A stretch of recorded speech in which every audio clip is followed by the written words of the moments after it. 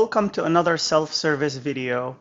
We'll look at how to create a service order in the buying and invoicing solution of the P2P, Procure to Pay solution. We will focus on how to create a service order with a parent line, and we will add a child planned line underneath that parent line, and that will constitute the service order. After submitting that service order created via the requisition document and then getting fully approved, we will look at how the order looks like in the P2P solution. And then after that, we will look at it from the supplier point of view on the Ariba network when they receive the order, how it will look like from that perspective. You start the process by creating a normal requisition, just like a material requisition. So under Create Requisition, fill in the normal header lines. Other fields are defaulted properly, and then I will go ahead and create a parent line. So this has to be a non-catalog line where the commodity selected will be of type service. So when you enable the creation of a service order in your solution, you should be able to create it with the item category of service, and then that will show the fields, additional fields that are required for service.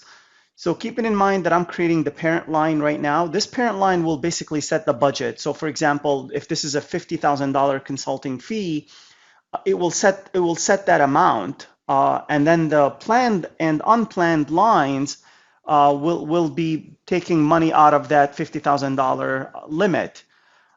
So let me go ahead and create this parent line, and selecting a commodity will default whether it's a material or service, but then you can override it. Perfect. And then here you can see the service was defaulted. However, this can be changed if material was defaulted and so on. But notice also that since it's a service, so let me go ahead and change it to material. You see how those fields, additional fields, go away. If it's a service, this is how you know that it's actually turned on, this functionality. The max amount is what will be hidden from the supplier. So if I were to set up a $50,000 max amount, the supplier will not see this amount. They will only see the children lines that I will provide them. So I'm going to leave the expected amount to be empty. I'm going to put the start date to be beginning of this month, end of next month. Everything looks good at this point. Unit of measures each is okay. Update amount, and then the vendor, we'll go ahead and pick the vendor. I'll just go ahead and pick a vendor that I have access to on the network. And now I can go ahead and add this line to the cart. So now, looking at the requisition header, I have the parent line. And with this parent line being selected, I'm ready to add the child line. So when I click on More, Add Child Items, now I can add the unplanned line. And now, given that I've picked the Stratus IT supplier, I will only see the catalog items for that supplier. Since I don't have any catalog items for that supplier, I'm just going to add a non-catalog child line. So let's just say Project Manager. We'll go ahead and pick, let's say it's 100 hours at $50 an hour.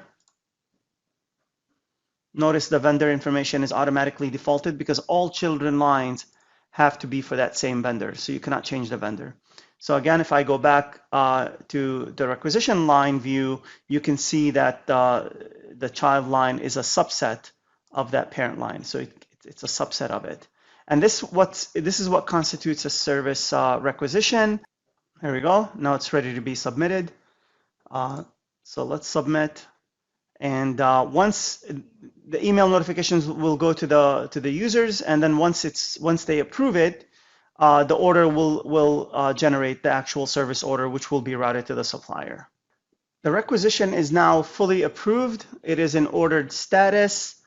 The PO has been generated, the actual service order. So clicking on that order within the buying solution, you will see it looks like a typical order, other than a parent line is here with the child planned line against it. And if we click on the details, we can see in the detail of the $50,000 how much has actually already been created, planned, so that you can see that it leaves you open amounts available and so on.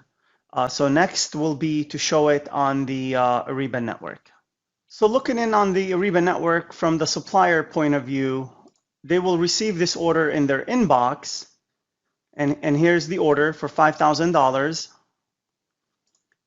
And when they receive the order and they open it, they will see that that there's a $5,000 request. Notice again, they don't see the total of $50,000 that was budgeted for this service order, but they will see the planned line for 50 hours, 100 hours for $5,000. And then also notice they could still do an order confirmation to acknowledge that they received the order. But notice there's no advanced ship notice button. Instead, it's a service sheet button. And they can, so they can, once they confirm the order, they can go ahead and create the service sheet from here via a flip. So the service order will flip into the service sheet. Okay. So in this video, we have shown how to create the service order with the parent line for the $50,000 and the planned line for the $5,000 that's been identified. We submitted the order, the requisition, and we got the order generated. We looked at it from the buying solution, and then we looked at it from the network perspective. Thank you.